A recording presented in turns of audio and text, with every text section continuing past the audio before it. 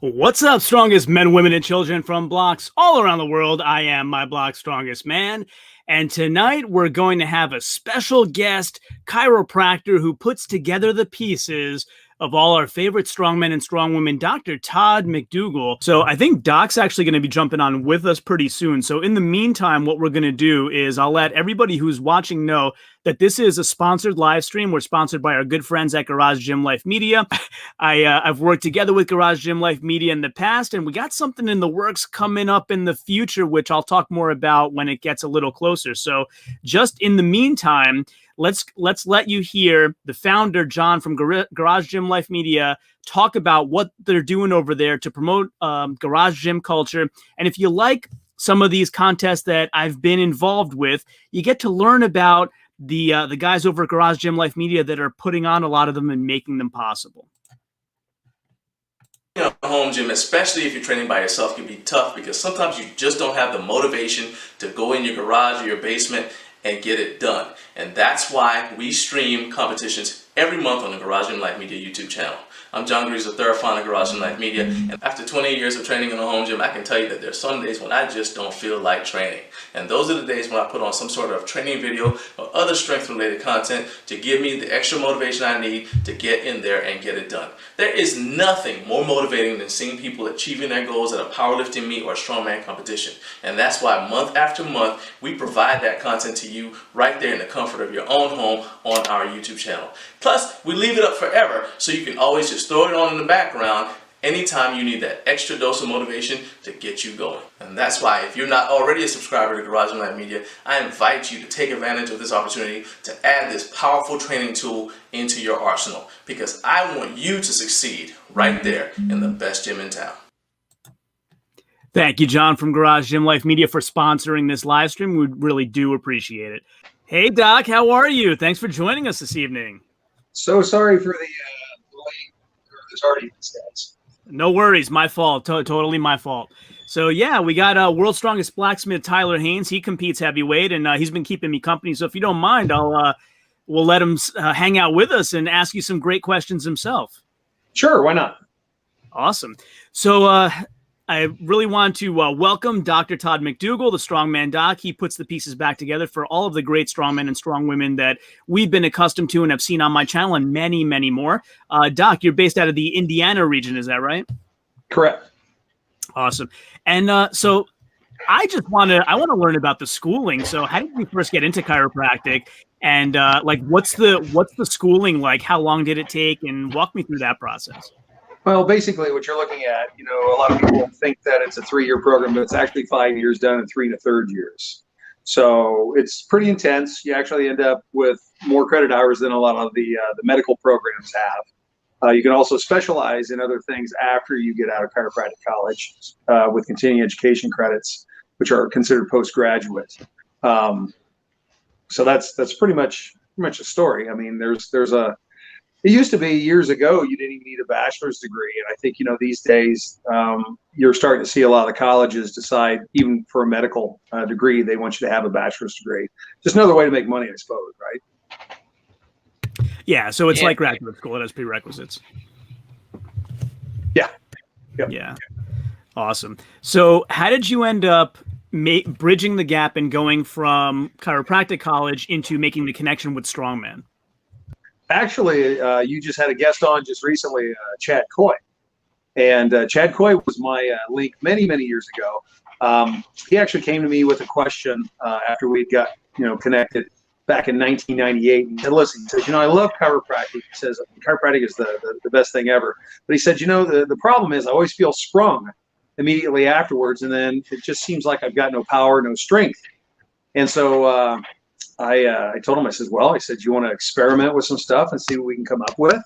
And he's like, yeah, let's go for it. So what ended up happening is that I took a look at what the majority of my chiropractic colleagues were doing, and they were doing this thing, which is considered side posture, which is very effective. You've got a lot of people that actually get involved and engaged doing that who are non-chiropractors, including physical therapists, some athletic trainers, massage therapists, etc. But the thing that I felt was very interesting is that I graduated in 1997. And in about 1995, you started seeing this thing called dynamic warm-ups enter the stage when it comes to pre-workout, or prepping for an activity. And so during the time in which I was a kid, and Chad as well, we actually were exposed to a lot of stretching. So both ballistic and then also static stretches. And right now, if you go and you look, the majority of people don't do that kind of thing pre-competition, especially in strength sports. And so I thought, okay, well, that's very interesting. This is, the situation that we have. And so I started taking a look at, again, what the majority, 90+% chiropractors actually go ahead and do.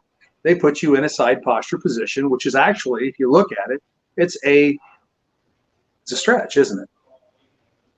So static stretch. So when you go ahead and you have that patient into that side posture position, you go ahead and get everything to tension, and there's multiple joints that you're stretching across, right? So you get it, everything to tension, and then you go ahead and you give it a burst. Well, that burst is actually considered a ballistic stretch. Well, if you go ahead and go all the way back to 1910 to a guy by the name of Hoffman, who actually went ahead and said, hey, listen, you know what? If you go ahead and you do one of these two features, one, you'll go ahead and see with the static stretch, you'll see a change in neuromuscular recruitment. If you go ahead and you do a ballistic stretch, it's worse as far as the change in neuromuscular recruitment. So I'm like, okay, well, this is the problem, guys. No wonder the athletes feel sprung immediately afterwards. It's because you've just basically blown up the neurology. So what I did was I started using drop table maneuvers. Drop table's been around since it was actually introduced into chiropractic in 1961, Palmer College Chiropractic, by the inventor, who was Clay Thompson. So what I've done is I've actually decided to go ahead and go with a short lever, high velocity burst application using those drop applications. And what we found is that I'm actually bypassing the stretch reflexes, all of them. And the end result is actually an enhancement of power and strength about 20% immediately off the table. And a lot of the athletes will go ahead, even in nationals, international competitions, will go ahead and blast out 5 max effort PRs, one right after the next. And we've been seeing this for the last 23 years now.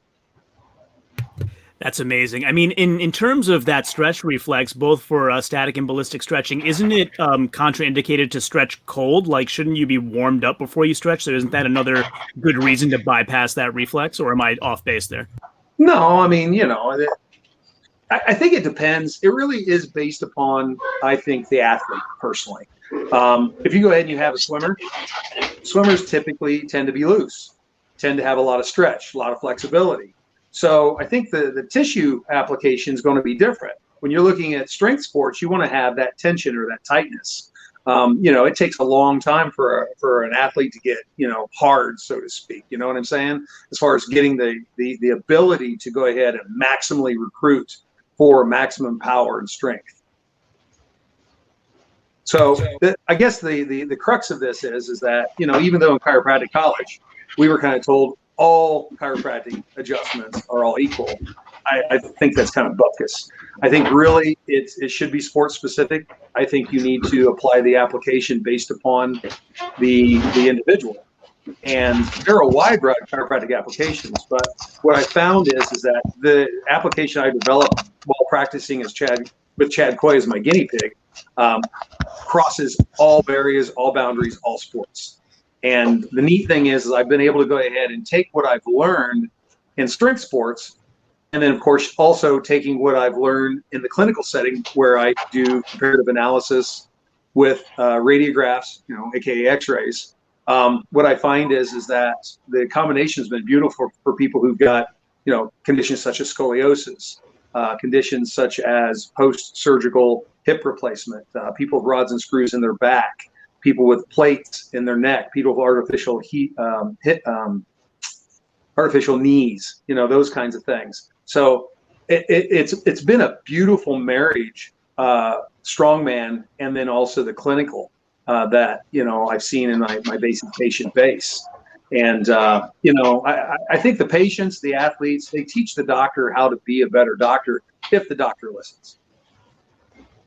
That's a great point. And we have somebody in the audience who's also very associated with Indiana, not living there now, but Albert Jonas Brand says Doc has saved me on multiple occasions. He's a great guy. Do tell him I said hello. Absolutely. Yeah, Albert's awesome. Yeah, so have you made your way around all my Indiana friends, Jessica Fithen, Christina Bangma, Christine Matthews, and so forth? You're making me sound a little bad right now, getting around and all that. But yeah, I should watch my words. Treated professionally. Yeah, I mean, the thing is that a lot of those people, it's fun for me because I call them baby. I've been around since they were baby strongman athletes, right? So I mean, we go all the way back. I remember when Martins was like a 255 pounder, at nationals, and so I've known Martins forever. Been able to go ahead and get involved with a wide variety of Indiana athletes. A lot of people that I first met back in like 2000, Magnus from Magnuson, Phil Pfister, a wide variety of other, individuals over the years. Chad Coy is extremely well connected. I say, so often that he's probably one of the most underappreciated in the strength sports arena because he's such a great connector. And the man knows everybody. It doesn't matter whether it's Bill Kazmaier or Eddie Cohn or Lee Haney. I mean, the guy knows everybody. Yeah, Chad was a judge at the Shaw Classic last year. I'm hoping he comes back this year. Yep. I think he is going to be the judge this year again at the Shaw Classic. Yeah, Tyler, do you have any experience with chiropractic? You were talking about lifting a pretty heavy yoke earlier on. Maybe it could benefit you. Feel a little better. Yeah, I'm on the shorter and the smaller side of the heavyweight strongman, so I tend to do what's probably way too heavy for me. How tall are you? I'm 5'10" and 260. Well, you're taller than Dimitar Salvatino. Yeah, I competed at Georgia's Strongest Man about a month ago. Okay. Down there with Wesley? I was the shortest, the lightest, and the youngest in my weight class. Well, that just means you could have won more easily and healed up faster afterwards. I came 7th out of 9 people. That's all right. That was my first heavyweight contest. Well, I hurt John was talking about it earlier. I did a 500 kilo super yoke for pickup yesterday, and I don't know what happened, but I've been feeling it all day today. I did it for 6 reps, and I was on pretty level and even ground. I didn't feel it at all when I was doing it or anything. I slept perfect last night, and it just hit about 3 o'clock this afternoon where I just felt drained and my back started hurting. Did you squat with it, or did you do a normal pick? Because I was doing pickups. Huh? I was doing yoke picks. Okay. My yoke is made for my height. I made it out of 2-inch Schedule 80 pipe, and I made it right to my height, right where, and I have it set up so where I can, when I pick it up, it's at just the perfect height for me off the ground. And yeah, you would have loved our old when jokes. I pick it up, it's about 5 inches. Can you say that again? Our old jokes used to be basically a vertical post that we stuck on a 45-pound bar and slid on, put all the weight on the top and slid it down, and then hooked it to the 45-pound bar. And then we would go ahead and roll back in the back alley challenge with Chad right behind his gym there in Kokomo. But yeah, you got to watch. I mean, strain the loads. I mean, you're still a young athlete. How old are you? 21. Yeah, you're 21. So I mean, there's a lot of people that actually may not have bony maturity yet. Even at 21. So you can still have some compressive forces and give you some fits. And who knows what other injuries you may have. But the big thing I have no other injuries. I'm sorry? I've never torn a muscle, bicep, anything. Knock on the wood. Yep. Yeah, I've a never, lot of times people I've never say torn that until the muscles, first hit time. joints. Yeah. So, Yeah, you know, I mean, maybe one of only the first things you do is get in there, see if you get a massage, open it up, get the tissues moving around, see if you can do, you know, find an FST provider, kind of like, you know, what you would have with, you know, Becky Wilson. Becky is pretty awesome. But FST is one of those things. It's a great tool. Get the stretch component in it, and then you also get the massage component as well. So, Yeah, and Doc, for folks that don't know what FST is, can you describe? yeah, it's fascial stretch technique, and there's different variations that you could do. One of the things that we wanted to make sure happened when we were working, when we brought Becky on board, and you know, she'd be a good one for you to interview one of these days as well. But you know, we had talked about the stretch aspect that we had to be very, very cautious of, you know, in competition, because you don't want to, you know, basically blow that neuro recruitment component. And so you can get in there and open it up really, really deep. If you're not in the middle of competition, that'll actually go ahead and give you a lot more blood supply, blood flow into the tissues, open up the space in there just a little bit so you have a nicer slide, get a lot more blood flow in there. Interstitial tissues can go ahead and try and exchange fluids and things along those lines. So that can be a real win for you. But you'll have to look that up. Good stuff. But, you know, the chiropractic aspect is another level. Obviously, it's a doctoral level. And, you know, like I always tell folks, you know, the level that I perform, if you will, at the Coliseums or the, you know, convention centers or whatever is, you know, pretty much my best guess. But, you know, for the most part, I think it's important to definitely make sure that you have a higher level of care in the office. So that would include, you know, things like x-rays and good solid adjustments and, you know, follow-up care and a strategy to go ahead and try and make you perform better and then last longer in the sport. Longevity is a huge thing in strongman as far as the guy's just missing the mark. You know, people get broken rather quickly and, you know, then you're just out. So got to protect yourself. And chiropractic is a great way to do that. Yeah, and Doc, is there, you know, a recommendation in terms of being preventative and proactive rather than reacting to injuries? Yeah, I mean, you know, the big thing is that the more you know on the front side, the more you can prevent bad things from happening. Right now, what I'm finding is, in the chiropractic profession as a whole, is that you're getting a lot of people who are getting away from this thing called the adjustment, and you know, the neurobiomechanical interpretation of X-rays is become a lost art. And so now what I see is a lot of chiropractors that really got to a point that they're about as capable as a, you know, bachelor's degree athletic trainer, which I'll be honest with you, a bachelor's degree athletic trainer, I don't take anything away from them because they're very, very talented. But when you have a doctoral level, you should not, you know, be performing, or your knowledge should be a lot higher level than a 4-year degree, you know, bachelor's AT. ATs are awesome. In fact, I'll be honest with you, athletic trainers for me and strongman are about the best person that you can actually work with at a strongman event, truly. I know Rob Kearney and I actually got together. Actually, you may not even know this, but Rob Kearney is an athletic trainer. And we had an Arnold's one time where John Posen literally blew his ankle right over. And I mean, it was ugly. So I got in there, and what I did was I went ahead and did the adjustment. And Rob got right over there and right behind me and started taping the thing up, because I mean, that's his skill set, right? And we got John all set up and ready to go. And John actually finished the contest. He didn't get his pro card that year, but he did, I think, the next year. So I think we did the right things in trying to, you know, put him back together as quickly as we could. But, you know, it's one of those things that, you know, you twist an ankle, one of the smartest things you do is actually get in there, get it adjusted, get it taped up, as opposed to what most of the time happens is basically they just go ahead and ice it down, maybe tape it, do whatever, so that ligament will go ahead and heal in an elongated state, which then sets you up for multiple ankle sprains down the road. And, you know, that may really work great for, you know, the athletic trainer or the orthopedic surgeon that you go visit on a regular basis because you keep doing it over and over again.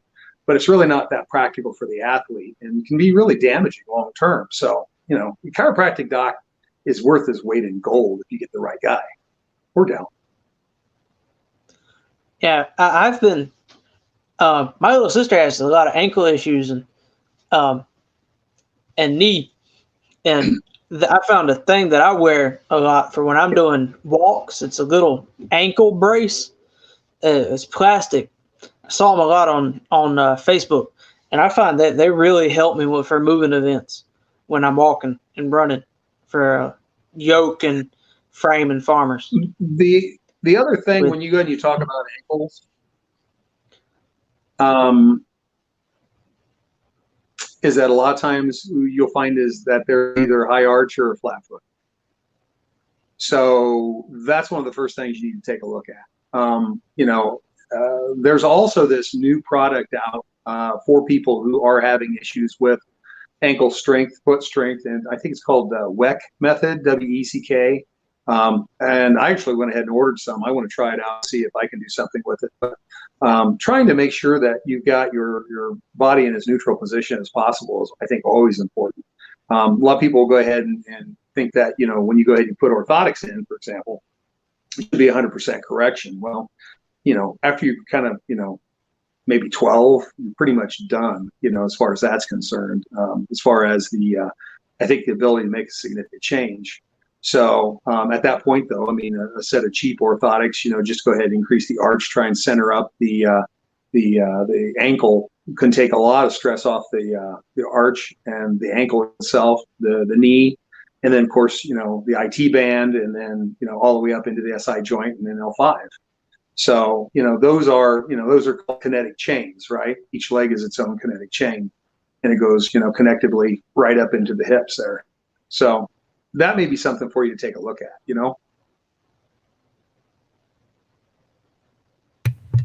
Yeah, and Doc, so a little bit of maybe humor here, but I gotta ask you, since I have you on, way back in the day, and one of the early world's strongest men, there was the infamous Franco Columbo carrying the refrigerator and getting injured and saying, "They all say it's broken, but I know it's not. I'm a chiropractor." What's your take on that?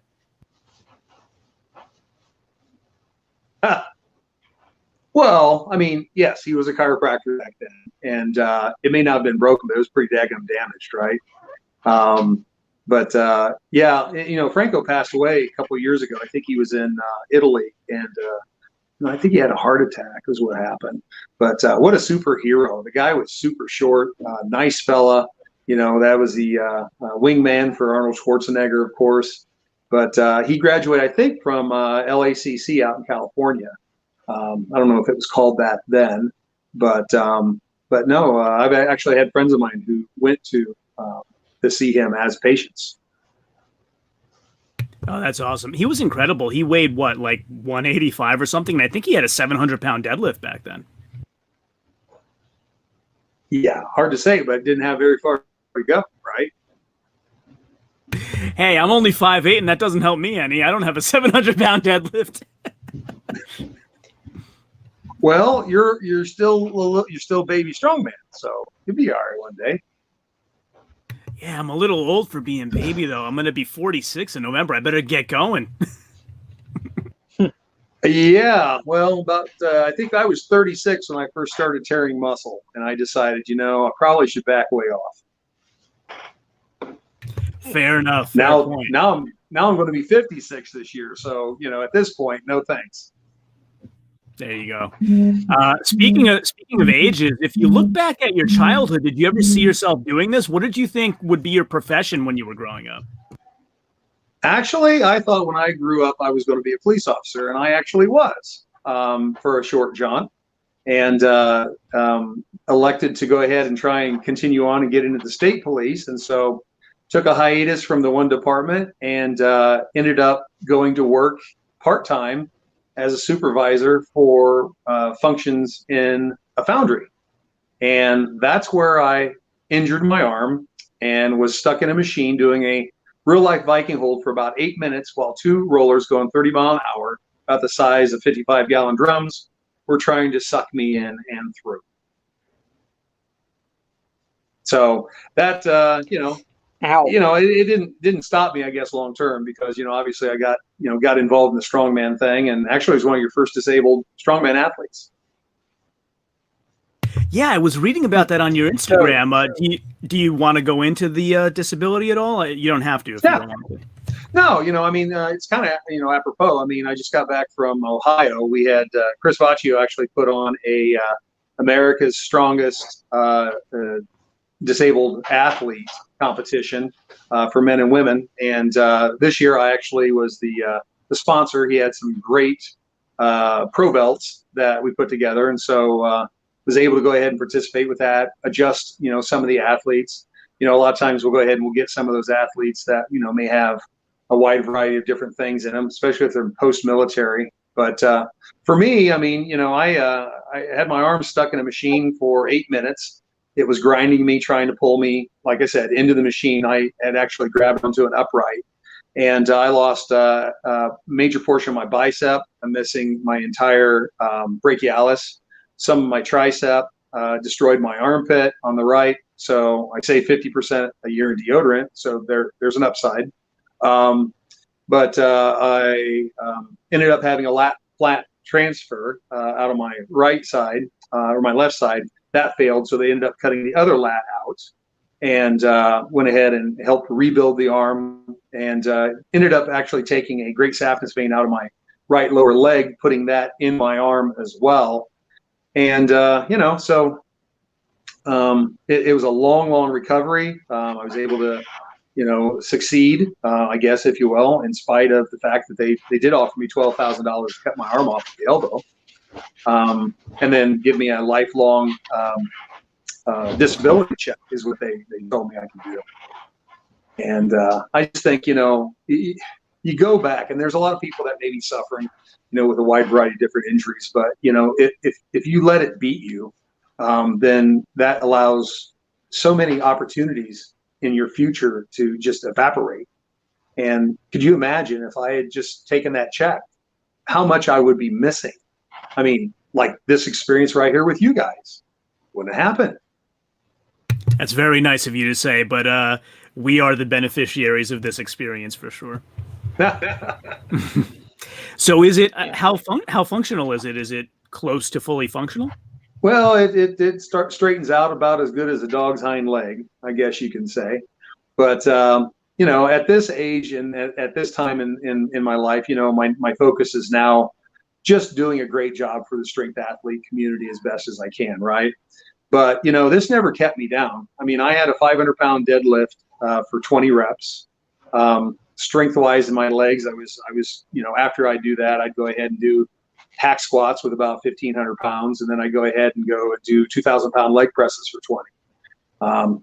Warm up in the front side, and if I was a little bit energetic afterwards, I'd get on the VersaClimber and just gut the rest of that out. And so that was day one of legs, and then I'd go ahead and I'd go up and I train with Chad on day 2 on Saturdays for the light stuff, which Chad wanted to make sure that you threw up, So if I didn't throw up on Wednesday, I definitely threw up come Saturday, But he had friends like that. Who needs enemies, right? What's that?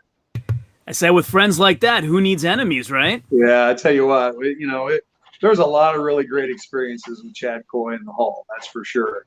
But no, I mean, he had me beefed up to the strongest I'd ever been. I ended up at my finest. I could say I was at 265 pounds and 32-inch waist, and I was beefy. I had 21-inch. My left arm, my good arm, was up to 21 inches, and that's lean, man. That's lean. I mean, I had a 6-pack. So, and that's with missing body parts. So I probably with those parts added in, probably could have added another 30 pounds of meat. So I probably would have been just under 300 pounds. I'm almost 6'3", where I used to be. What an inspiring story for all the audience members. It's like, thank you for sharing that. I think it's something that, a lot of people have not been aware. In fact, I've been involved in the disabled athletes and for quite some time, since Chris decided he was going to go ahead and be a part of that. And many of the athletes had no idea, and I think not just the the disabled athletes, but I think just athletes in general, they have no idea the journey that I've been on. I mean, I went to chiropractic college after my accident. I had to change the dynamic of what applications I was going to do. I had to think, outside the box to go ahead and come up with something that was going to be great for strongman athletes and strength athletes, and then keep going. Scoliosis applications, post-surgical, pre-surgical. I mean, it just wasn't just headaches, low back, and recreational chiropractic applications like you see on every street corner, offering up $49 deals to go ahead and lure you in for a quick whack or whatever. That's what Chad would always call it, by the way. Have you ever dealt with anyone with spina bifida?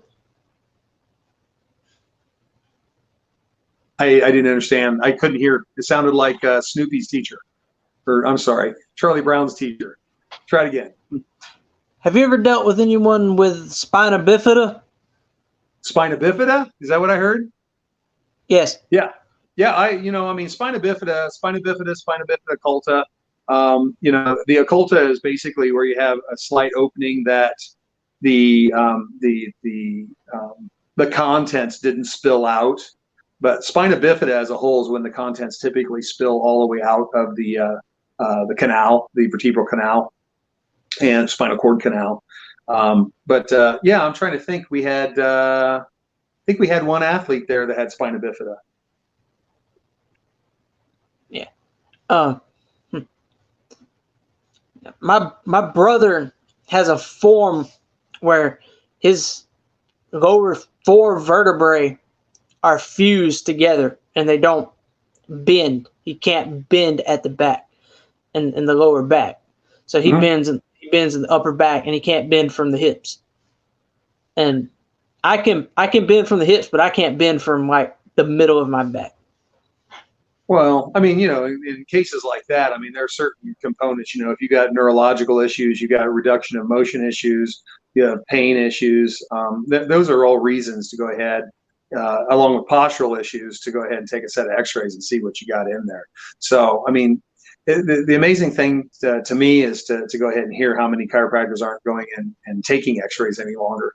And you just wouldn't believe the things that you find in people, whether it be a tumor in somebody's head the size of a golf ball, or you may have somebody that will go ahead and lay on, come into your office and they're having maybe some back pain or whatever, and you find out that the big blood vessel in their abdomen is like it's exploded. Basically, it's just huge.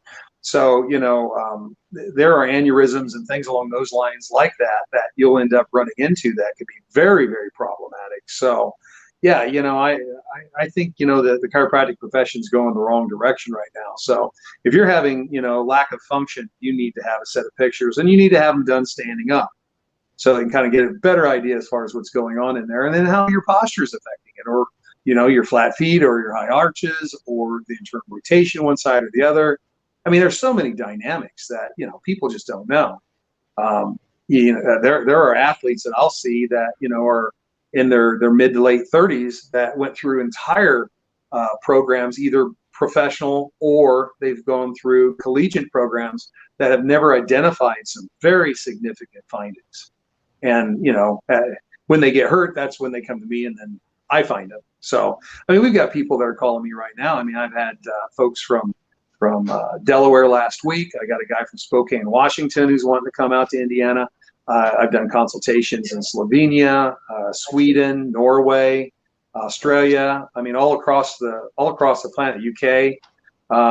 There are people desperate for great chiropractic care, and so I kind of pick on my own profession because, listen, it has served me well by serving others to the maximum benefit of their performance, and truly, it's becoming a lost art.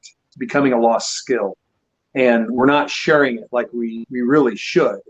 And so what happens is that the profession dies. I was looking the other day, and I think I saw that Palmer College Chiropractic graduated 64 doctors.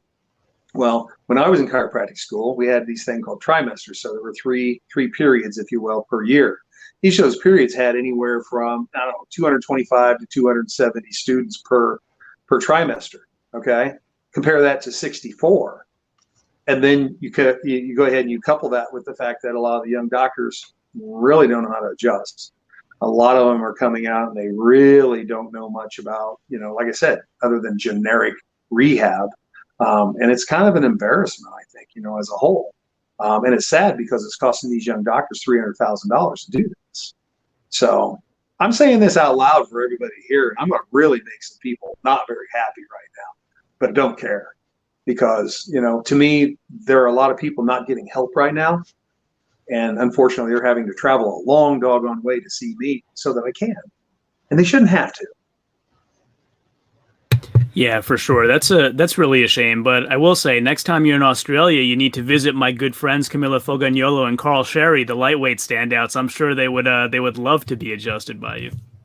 Well, listen, I always tell folks, everybody has their own routine, when they're getting prepped for their events, right? So I try not to get involved with that. But, the one thing that, I kind of want people to focus on is, okay, what are we doing it for? Again, it's not a recreational thing. I've had people say, yeah, okay, I'll try it out. What am I, a carnival ride? That's kind of, it's almost insulting, because it's like, okay, let's get down to brass tacks. Okay, are you having a gait problem? I had a doctor at Nationals, United States Strongman Nationals. She actually herself is a chiropractor. I was injured in a car accident in I think it was in January, February. But she wasn't able to go ahead and take her flat foot and raise her toe up at all since the accident due to a disc injury, right? Well, that young lady stomped competition. I mean, she stomped it. She actually took second place with a floppy foot, okay? Very, very impressive. But she came up to me afterwards and she says, hey, listen, you know what? She goes, I don't know if you can do anything with it. I've been PT, rehab. I've done, all kinds of exercise phys stuff. I'm trying to train the gym, obviously. Been to multiple chiropractic doctors. And she goes, this is all the higher I can raise my foot off the floor. And I said to her, I said, that's not great, because she was barely getting her toe up. So for me, it's kind of like, okay, there's a mission. There's something to accomplish.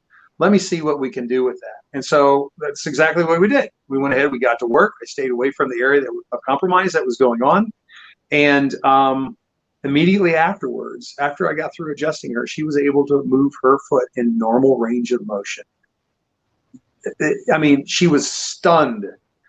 And it was so awesome because I helped a colleague. I helped another chiropractor, right? But I helped an athlete get better. And also at the same time, because she's a chiropractor, I made her believe in chiropractic again too, right? But it was a very emotional moment between the two of us because she hadn't been able to do that since February. Well, that was what, June? That June when the USS Nationals was? And there are people like that will go ahead and go in competition and they're broken. And then they go out and they sit a PR after we've got them on the table and adjusted. So, I always tell people, it's like, you want your performance enhanced, potentially have 20%, increase in power. Who doesn't want that? I've taught doctors who later have become the chiropractors for the LA Dodgers and work with Olympic athletes and things along those lines, how I do what I do. And it's really made a difference in their practice. And, long term, my goal is to teach many other doctors, especially the younger the doctor, the better, I think, how to, process and think and consider and work with, the athletes and the patients to go ahead and make them function at a higher level and get them the maximum performance that they want. And so, I can see myself, being an educator long term with all the information that I've collected.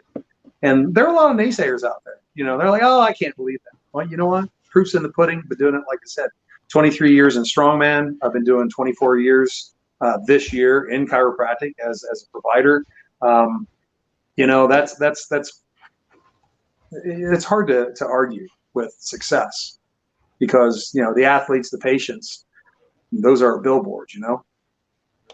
Yeah, I mean, thanks for being so open about the evolution of the practice over the years and kind of pivoting that into paying it forward. It's really a super admirable thing. Albert's adding some comments. He said you found an extra set of ribs in him. Yeah, well, I try not to get too depth, you know, as far as what he's got on there and in there. You know, you got this thing called HIPAA, you know, that you can't be sharing too much. But Albert's a project anytime I get a hold of him. There's no doubt about that. And love him to death. Got to see him. We got to see him, spend some good quality time with him and the guys at Kratos. Also, even at Nationals as well, come to think of it. But we were all together in Indiana at one of Christina Bangma's shows. So yeah, I bump into him quite often. It's really, really nice, and he's a really good young man, no doubt about it. Good dad. You talking about Savage Strength? Yes. Yeah, that was a great show she put on. Yes, it was. Yeah, she does a very nice job, and Christina Bangma and Erin has Erin Snyder, which is her long-term love of her life, I think. They actually just expanded IN Strong, Indiana Strong Gym up in Huntington, and quite a large setup is what they've got. But I love it because they've got a wide variety of different kinds of equipment that will allow every good kind of motion possible without hurting yourself or setting yourself up for risk. So they're very, very conscientious about that. So I don't know if that counts as a plug. If it does, great, you know, whatever. Plugs are always welcome for sure. You bet. So Albert also wants to know, as if he probably doesn't know already, what has been your coolest experience training or treating a pro strongman or strong woman? Oh my, you know, I remember working with and spending time with Leifa Engels. And I remember after she won the big trophy for you know, winning the whole thing, you know. And I remember going to the Hilton, and she saw me, and you know, of course, we spent a lot of time together working on her, and of course, you know, everybody. I take care of everybody, you know. But she in particular, I really have an affinity for her. She's just such a great gal. Chris, her boyfriend's awesome dude. He puts up with me, which is great. But she ran over, jumped in the air, and just gave me a giant crab hug. And she was just so exuberant. It was so cool. It's just that in itself is a great experience. But, you know, also on the other side of it, clinically, you know, people like when, you know, obviously, like I said, I spent a lot of time with Martins, got to know him very well. And he came to the Arnold's one year injured and had a pretty significant injury, in which case he, even with that injury, still tried to go ahead and do the, you know, compete with Brian Shaw with the stone over bar, you know, competition at Rogue for the Rogue Record Breakers.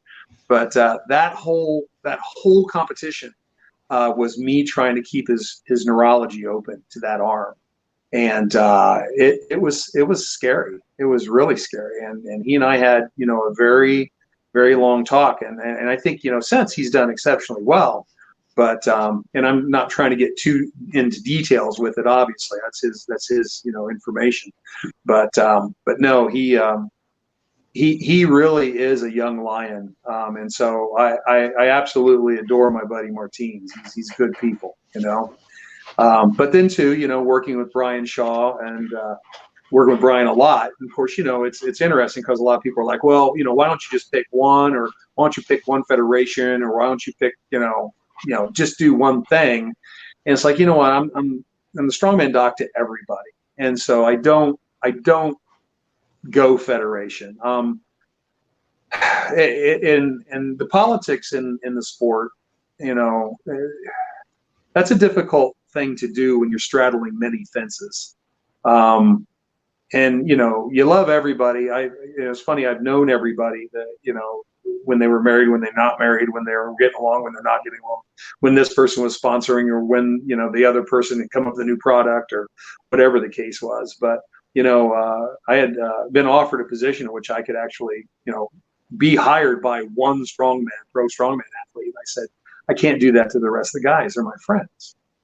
And so I I missed out on possibly making some money, doing that. But for me, it's not necessarily about the money. It's about trying to do good things. But where I was going with Brian Shaw is, Brian would tear his hamstring quite often there for a while, and that becomes very worrisome too. When you see your friends go down, or you see Jerry Pritchett not have a good day, or Dimitar Sabatinos having a shoulder issue, or you're carrying Andrew Clayton off the field after he's blown his knee, or you know what I mean.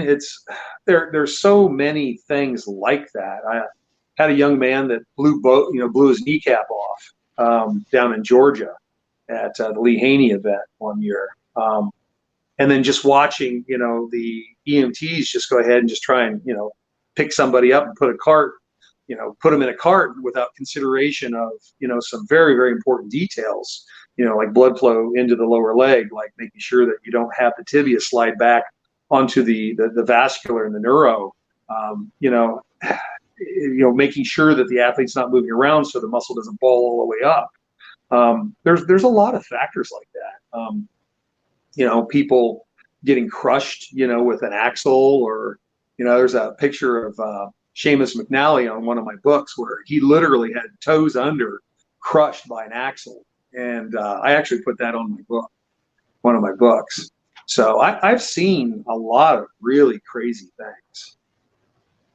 Hopefully that's not too much.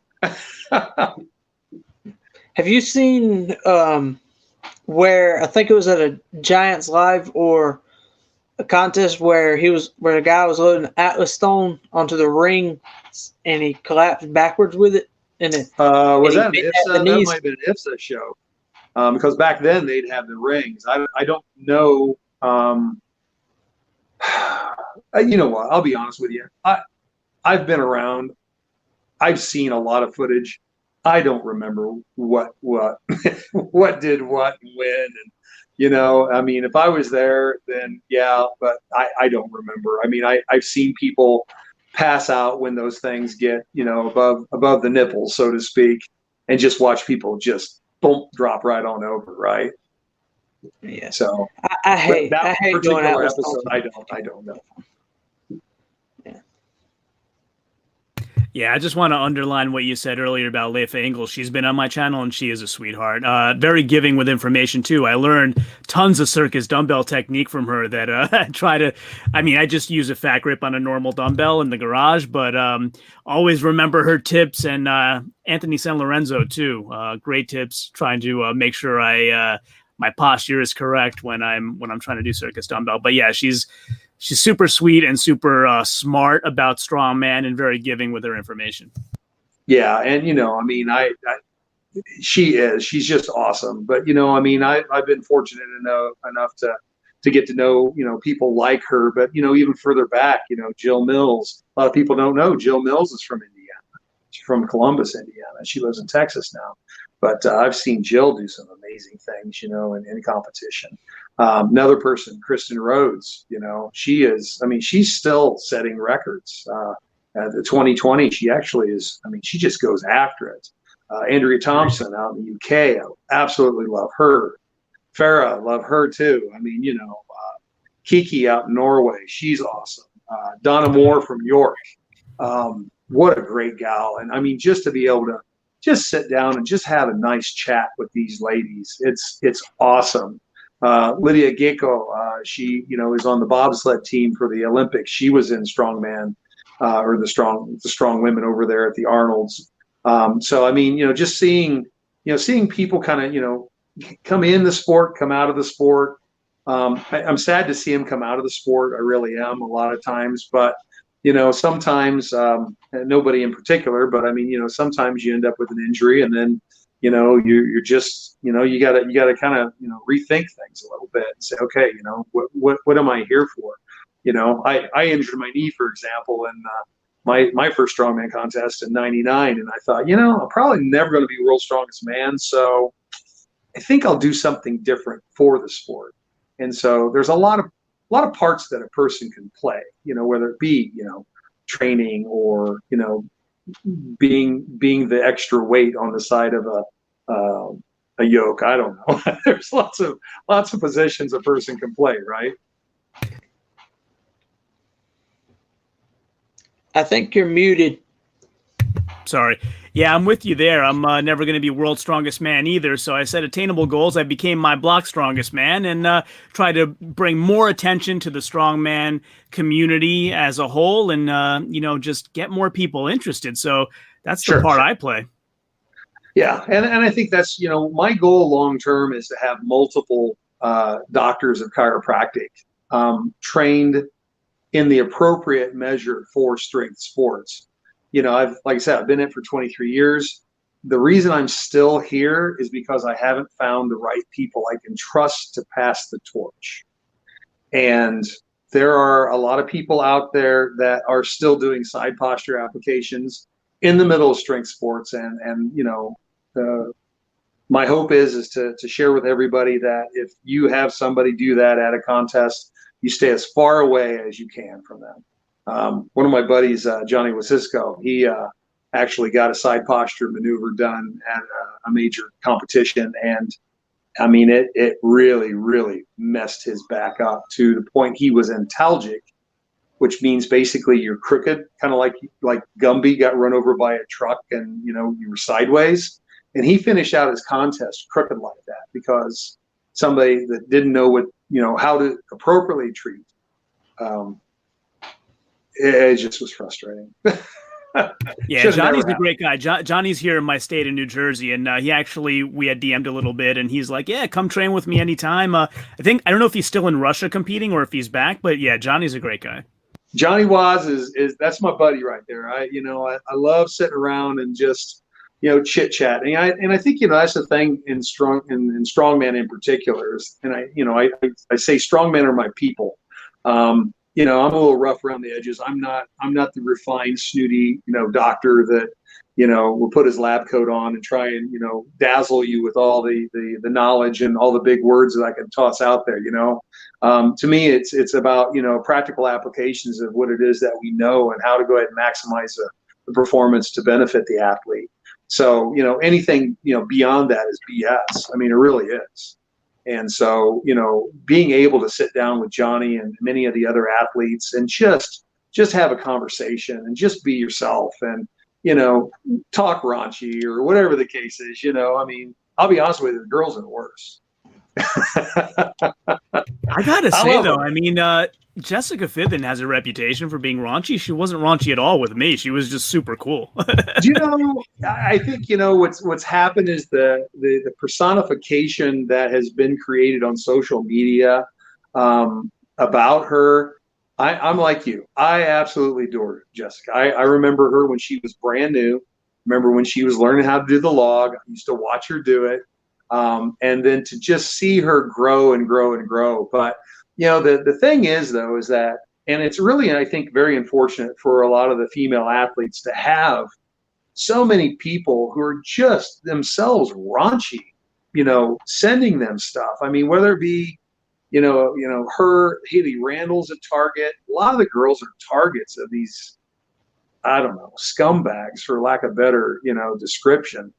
And I think what's happened is that she just got to a point, enough is enough, and has elected to go ahead and fight back in I think a very clever way. I think what she's done is quite brilliant. And she's actually, I mean, she's quite adorable, but she's quite brilliant and she's quite an amazing athlete. And, I agree. I agree can't with say all enough of good that. things about Jessica. Yeah, I agree with all of that. And you show people respect, you get respect back. I actually had Jessica, Haley Randall, and Lauren Wells on all together, and we had the best time together. Like nobody disrespecting anybody. Yeah, yeah, and that's the way it ought to be. But social media has really done a lot of awful things, and I think you guys can see some of those kinds of things in some of the interviews that you'll see with Chad Coy, in regards to a lot of the trainers, people that may be able to go ahead and have, an opportunity to win a couple contests. And now all of a sudden they've got 2 million Instagram followers. And now they're, somehow they're an expert in the training arena. And, I say buyer beware. Athletes be very, very cognizant of, who they work with, who they've trained, who, ask questions, of who they are and what they're about. I think that's very, very important, and just because you have a training cert or, you have a doctoral degree, doesn't mean you really know anything about what it is that's going on in regards to, a particular level of athletics. And I think that people need to be very, very cognizant of that. I know one of the most horrible errors is, if I had a young doctor, following me. Well, listen, just because a young doctor may follow me doesn't mean that doctor has the skill sets that I've achieved over 23 years. It means that there's somebody who's interested in the sport and are following around, and maybe shadowing even. So and it's interesting how just because you do hang around somebody, that other person, that respect just rubs right off. And it really shouldn't. I think, you should still be cautious. You should still be cognizant of the fact that, each athlete is different. Each doctor is different. Each circumstance is different. And you need to be sure before you get engaged with a care method, whatever it is, whether it be massage, whether it be chiropractic, whether it be athletic trainers are pretty, I'll be honest with you, athletic trainers are all pretty good. So, you'll be okay with them. But it's the other people that get a little deeper into the tissues that could actually, harm your performance that you've just got to be aware of. When you go ahead and you see somebody, is at an event and they end up with dry needles, or they go ahead and say, here, let's go ahead and exercise this real quick. In the middle of contest, you're going to go ahead and scrape an athlete's tissue. What? That doesn't make any sense. You're going to break down tissue in the middle of an event? But this stuff goes on all the time. I'm not speaking of anybody in particular. I'm just saying in general, this is going on at strongman events, and the athletes are like, oh, okay. The promoters are, oh, well, he's a doctor. They know what they're doing. No, they don't. Watch out. Be careful. And again, I'm saying this, and I'm going to make people furious, but it's the truth. It makes sense. As I'm getting older, I start to realize that more and more. Doctors are a profession like every other profession, and you have to vet them like every other profession. Absolutely. Some people trust them unconditionally, and lots of them are great, but not all of them. Well, you got people in the top, you got people in the middle, you got people in the bottom. So, and as as a consumer, you don't know. They got the same degrees, the guy on the top or the bottom, Yeah, absolutely. Another thing I was wondering is, have you been able to transfer your techniques into other sports? So stuff that comes to mind to me, it's Olympic season right now, like events that take torsional abuse like discus or shot putting, like anything like that? I actually, I think in 2014, I actually was out at the USOC working with the think tank for USA Swimming. And it was very interesting to go behind the scenes and see how, the sausages are made, and especially from the medical team. But not to slight anything or anybody, it really seemed like a lot of people were on the same track, and were interested in other things, but wouldn't, I don't think, necessarily expand into those other things, because this is how we've always done it. So, things like, taking x-rays of Olympic athletes, they got this beautiful x-ray machine there at the USOC in Colorado Springs. And they're like, yeah, we never use it. And I'm like, well, why would you never use it? It's there to go ahead and analyze and assess and, assist in performance. And, getting down to the bones, I guess, if you will, of everything. Nope, we don't do it because they've moved over to this other stuff. And so, no, I really haven't. However, like I said, I have worked with doctors in USA Swimming. One of the guys was Michael Phelps's doc. The other one, Rebecca Sony, the other guy treated her. So, you've got that crossover. And I met them through when I was hired by UCLA to go out there and teach their doctor or how to do my applications, because I had such a drastic change in one of their athletes that was recruited from here in Indiana. They went ahead and sent her home. Thought she was going to redshirt after she was doing gymnastics stuff out there at UCLA, and so they sent her home. And her mom and dad give me a call and say, "Hey, listen, Kaylee's back, and we're really worried about her."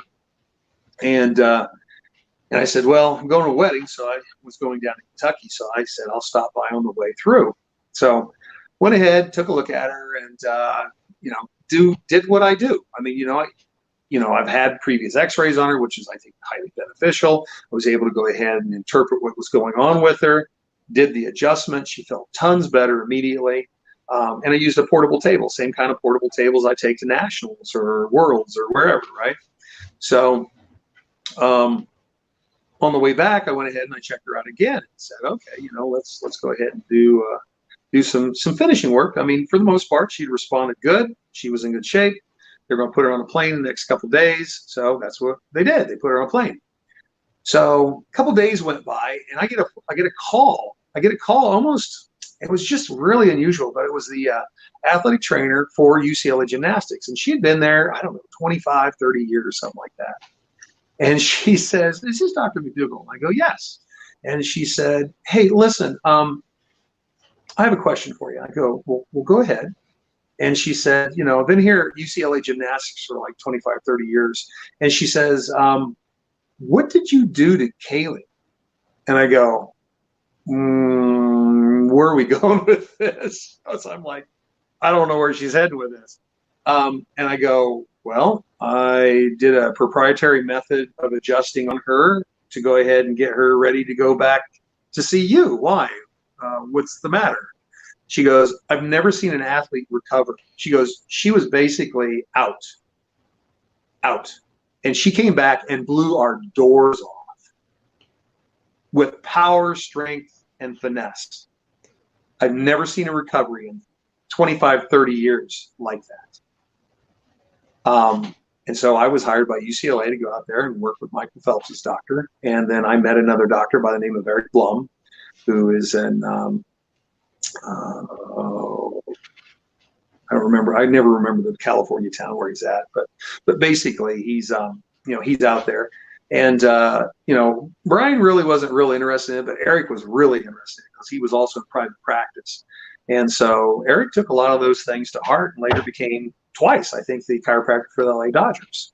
And the LA Dodgers and the athletes absolutely loved his version of my applications.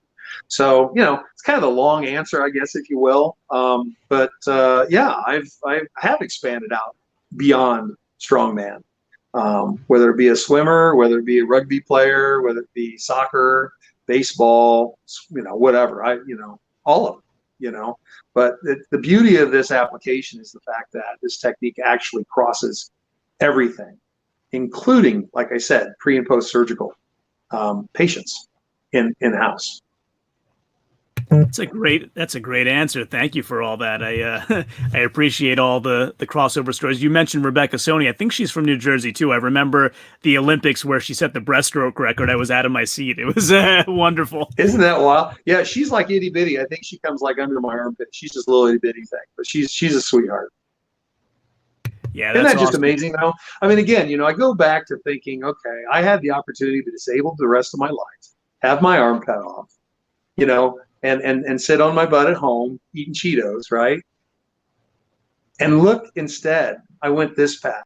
And there's an old poem or something like that about the road less traveled, or the path less traveled. And I can honestly say that I went into the ditch.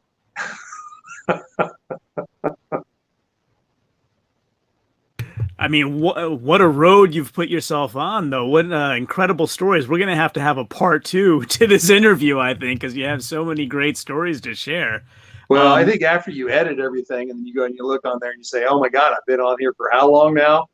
I never – what you'll find with me is I never have a short answer because I think, yes and no aren't always the right thing to say. Yeah, I mean, the answers merit details, and that's what you've provided, so definitely appreciate that. So you mentioned a couple of books earlier. Are your techniques in the books, or is that more of we have an office visit for that, or how does it all work?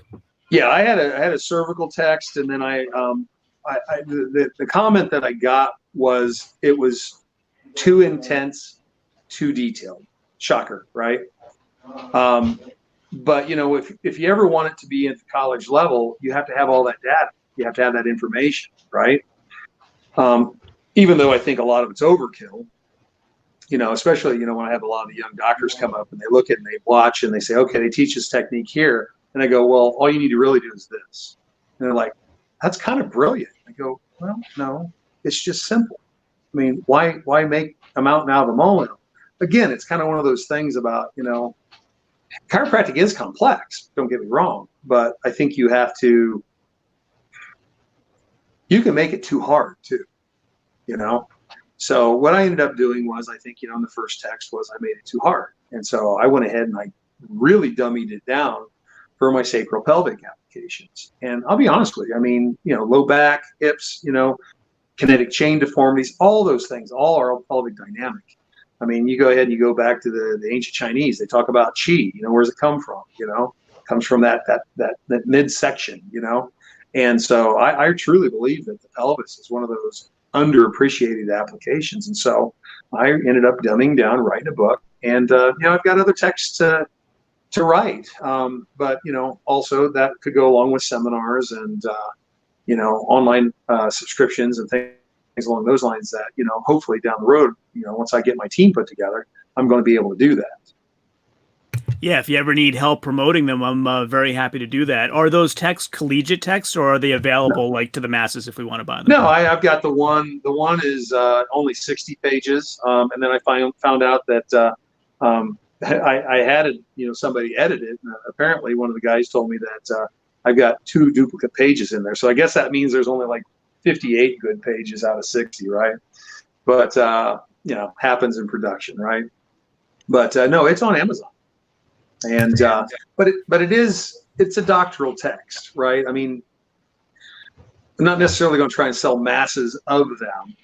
It really was more of almost a pamphlet, if you will, an expensive one, because it takes a lot of time, but at the same time, it's my life's work, So I've got a young doctor down at Palmer College of Chiropractic, Manny Barquero, who actually wants to help me rewrite all my texts and write them in such a fashion that it may make me look like a literary genius. I don't know. But right now, I just look like a bunch of guys threw some pictures in there and some words. But people have learned. And one guy in particular, Ray Koseliak out of Bowling Green, Kentucky, I actually endorsed him. He spent some time really, really hammering out that book. And then also at the same time came to help me at USS Nationals. And he, prior to that, was an athletic trainer, and he's going to be a force in the future. I'm looking forward to having, Ray help me at future competitions. And when Manny gets out of school another year or so, I'm looking to hopefully, drag his butt into the mix as well. But the hardest thing about developing a team is developing that team that you can trust, and also making sure that you get the right people on the bus. And I've had a lot of people that just needed to never be on the bus, so and that's unfortunate because some of these people had just such huge potential, but you live, you learn, and not everything's going to go the way that you hope it will. But I'm looking ahead, looking forward. So my hope is by the time I hang up my adjusting tables, or my bad arm finally wears out, I'll have a good team of young strongmen docs, or strong women docs. I don't care. If they got the skills, that's what the athletes need, right? So that is probably one of the biggest goals that I have, But the texts, there are more to come.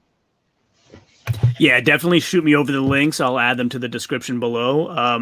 And I think probably we're getting a little late here. Maybe we wrap it up for the evening, but I've learned a ton from you this evening about the evolution of the chiropractic practice, what you're doing to sort of pivot it into taking some of the negative out and making a bright future and building a wonderful team using your techniques and hopefully bringing it forward into the future. And had a great time chatting with you this evening, Doc.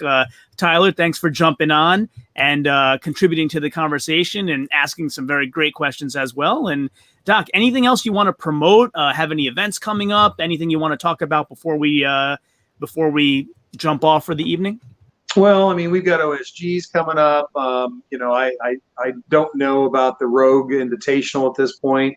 Some smaller contests here and there. I'm just waiting to see what's going on. I mean, I've been suffering through my own injuries, working and things along those lines. But no, if anybody needs anything, I mean, obviously, you type in #StrongmanDoc, you will find me either on Facebook, Twitter, or Instagram, of course. I get a lot of people who message me, a lot of questions in regards to, their own conditions and things like that. But, I mean, I just want everybody to know that, it's all speculative until I actually see, the patient in the flesh, the x-rays, that I take, and those kinds of things. So, I'm always here to help, but, at the same time, when people do come, I do charge, I have to.